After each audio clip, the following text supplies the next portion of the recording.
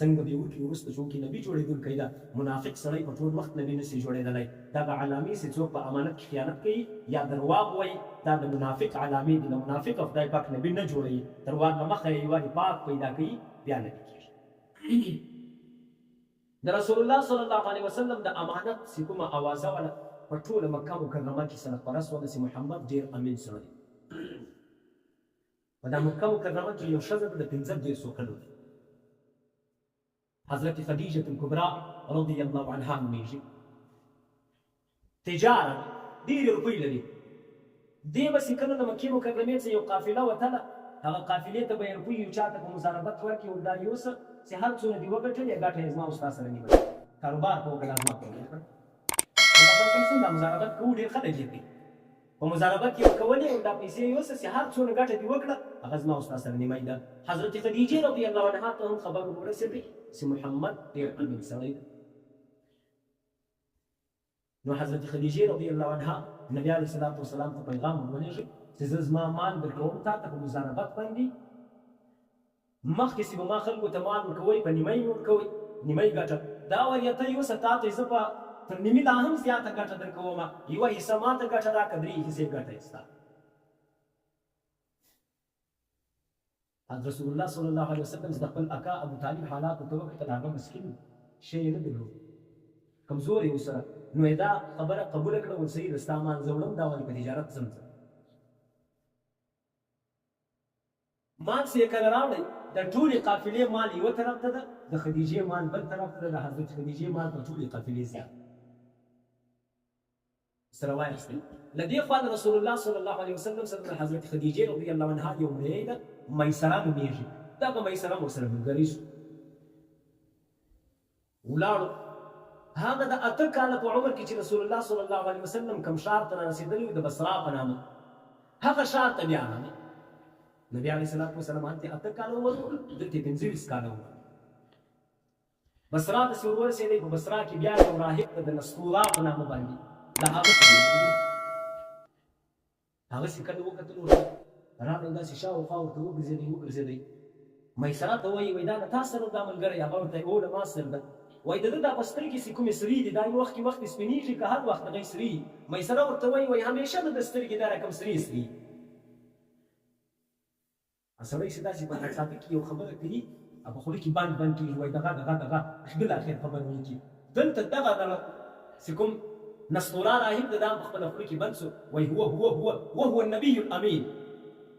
هو النبي الامین دغه هغه نبي ده چې کوم امین میسره وایي دا ټولې قصې زمي په وخت د دې څومره چې دا ښار ته ښار غټ شوی دا په پخوانۍ د 8 کلو د عمره ښار نه ده سودا ادارت هم شروع دی تجارت شروع ده رسول الله صلی الله علیه وسلم تجارت شروع کوي له یو سړي پر یو خبره باندې واوښتله یعنې دعوا یې سره شوه هغه ورته وایي داسې ده دی ورته وایي نه داسې ده هم مقابل سړی ورته وایي نبي علیه الصلاة والسلام ته وایي ته په لاتو په عزا باندې قسم وخوره چې دا رقم ده بیا به زه ستا خبره ومنم رسول الله صلی الله علیه وسلم ورته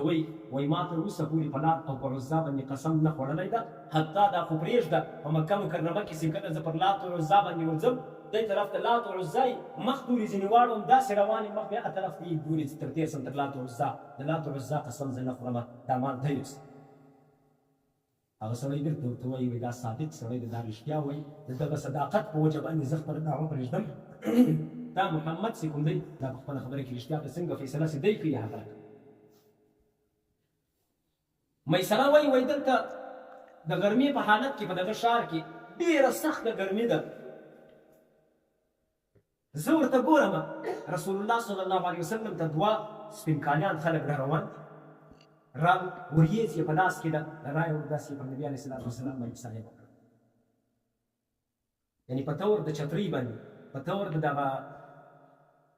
سایوان باندې موږ او تاسو سایوان ورته وایي دا رقم شی یې راخیستی ده راغلو پر نبي علیه الصلاة والسلام باندې سایه وکړله نبي علیه السلام ناست ده هم دا سایه ورباندې ولاړه ده که ولاړ ده هم دا سایه ورباندې ولاړه ده که دی ویده ده هم دا سایه ورباندې وه خبره به رانه نه وي انشاءالله رسول الله صلی الله علیه وسلم چې کله دلته له تجارت سفارغ شو را روان شو ولاړو د مکې مکرمې پر طرف باندې په مکه مکرمه کې حضرت خدیجه رضی الله عنها داسې په بالا خانه کې ولاړه ده له خپلو ملګرو ښځو سره نورې ښځې ورسره ولاړې هلته نبی علیه الصلاة والسلام را روان ده، پر ده باندې هغه سایه باندې سایه ورباندې را روان. خدیجې رضی الله عنها خپلو ملګرو ته وویل دا ښځو ته وایي محمد ته ګوري، دا عجیبه نه ده پر محمد باندې سایه سته، په دا نورو ملګرو سایه نسته. ټولې حیرانې ورته ولاړې. خیر دوی قافله راورسېدله، میسره راغی و حضرت خدیجې ته یې د لارې او هلته د بصرا چې کومې کیسې راغلې وې ټولې یې حضرت خدیجې رضی الله عنها ته یوه پر بله سربېره وکړه چې داسې نستوره راهب و، دا رقم یې خبره وکړل ناس دا وریځ ولا التم باندې ته اوسې دا وریځ پر ده باندې ګرځېده، دا ټولې واقعات یې ورته بیان کړل. حضرت خدیجې رضی الله عنها په زړه کې لږ څه میلان ورته پیدا شو چې د محمد سره نکاح وکړي. د رسول الله صلی الله علیه وسلم عمر مبارک 35 کاله ده، د حضرت خدیجې رضی الله عنها عمر 35 کاله. له دغه سفر څخه وروسته چې دا سفر پای ته ورسېدی، 2 میاشتې او 25 شپې بعد حضرت خدیجې رضی الله عنها د خپل اکا سره مشوره وکړل. هغه اکا به یې انشاءالله العزیز نویفل نومېدی. له هغه سره یې مشوره وکړه چې زه د محمد سره نکاح کول غواړم، که چیرې ستا خوښ وي.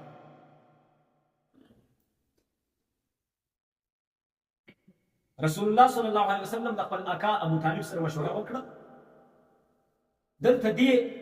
حضرت خدیجې رضی الله عنها د خپل اکا نویفل سره مشوره وکړه، د نکاح پیغام یې ورولېږي هلته نبي علیه الصلاة والسلام ته. نبي علیه السلام د خپل اکا سره مشوره وکړله، هغو قبوله کړله. حضرت رسول الله صلی الله علیه وسلم ده او حضرت حمزه رضی الله عنه ده، ابو طالب ده، دا درې سره راغلل د رسول الله صلی الله علیه وسلم د نکاح لپاره د حضرت خدیجې رضی الله عنها کړه. دلته دوه روایت دي. یو روایت دا ده چې د خدیجې رضی الله عنها د نکاح پر وخت باندې د حضرت خدیجې رضی الله عنها پلار خویلد هم ناست ده. یو روایت مبرد را نقل کړی، دا علماو پر دغه روایت باندې اتفاق کړی ده چې دا روایت صحیح ده. مبرد چې را نقل کړی ده چې خویلد په دغه حالت کې مړ سوی ده. هغه حرب الفجار جنګ چې کوم ما درته یاد کړي په اول سر کې، تر هغه حرب الفجار جنګ مخته وفات سوی ده. دلته چې د حضرت خدیجې د نکاح پر وخت باندې ناست ده، د حضرت خدیجې اکا عمرو ابن اسد ناست ده، هغه دلته د نکاح ټول مراسم ترسره رسوي. د رسول الله صلی الله علیه وسلم نکاح تړل کېږي. په دغه حالت باندې خطبه ابو طالب وایي. دا هغه ابو طالب د خطبې عبارت درته را نقل کوم، وایي ابو طالب چې کله خطبه وایي: اما بعد فإن محمدا ممن لا يوازن به فتى من قريش إلا رجح به شرفا ونبلا وفضلا وعقلا، وإن كان في المال قل فإنه ظل زائل وعالية مسترجعة، وله في خديجة بنت خويلد رغبة ولها فيه مثل ذلك. ابو طالب د رسول الله صلی الله علیه وسلم صفت کوي، وایي که چیرې محمد د قریشو له ځوانانو سره وتړل سي، نو محمد به تر هر ځوان په شرافت کې، په رفعت کې، په فضیلت کې او په عقل کې به تر هر ځوان ډېر دروند وخیږي.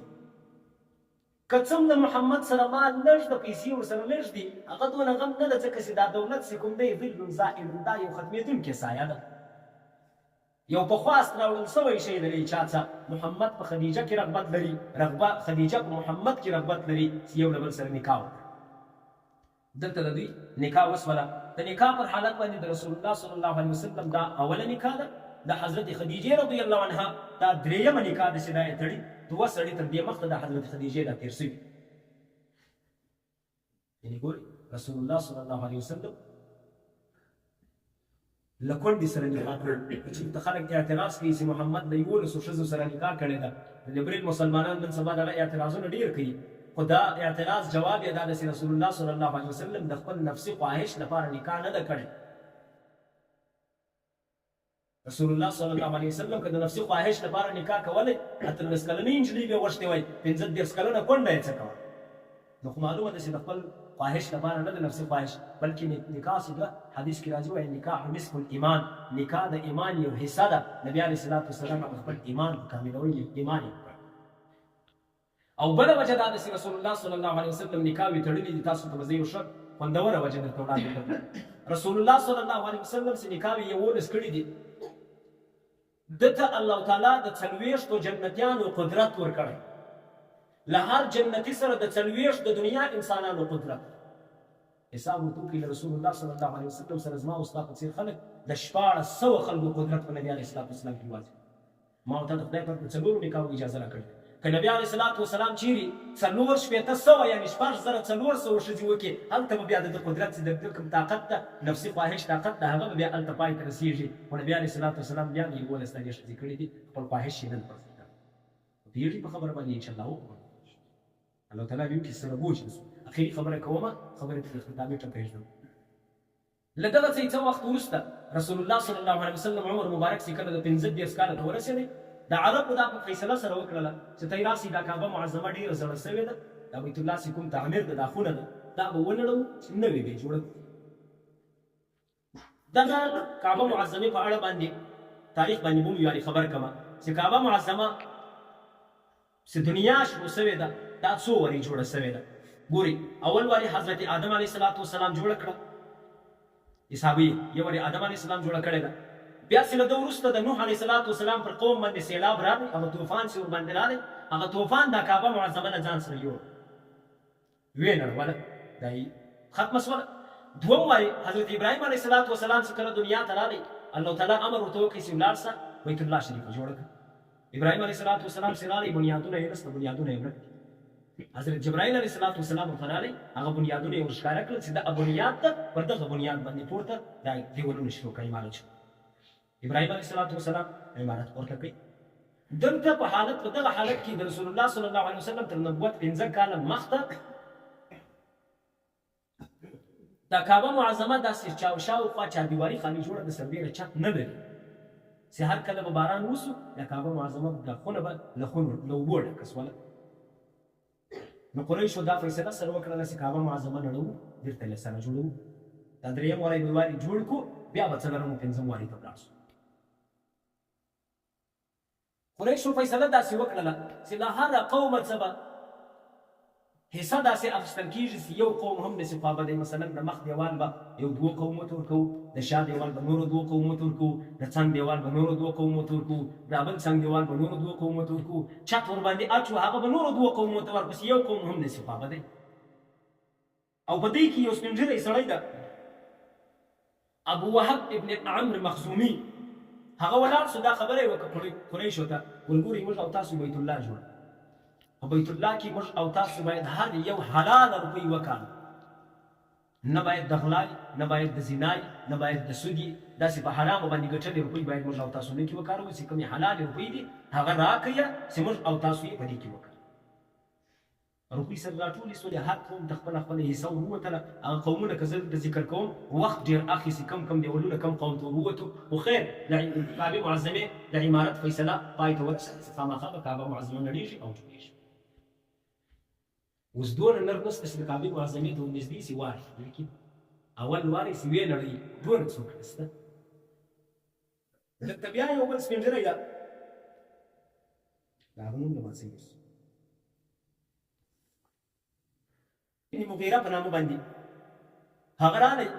ماتروړ یې له ځان سره راخستی ده مارتوړ ده که ماتروړ زما یې د ښه نوم هم نه ده زده مارتوړ یې له ځان سره راخستی دی راغی اول واره یې پر دیوال باندې وکیه یې څه دیوال یې ونړ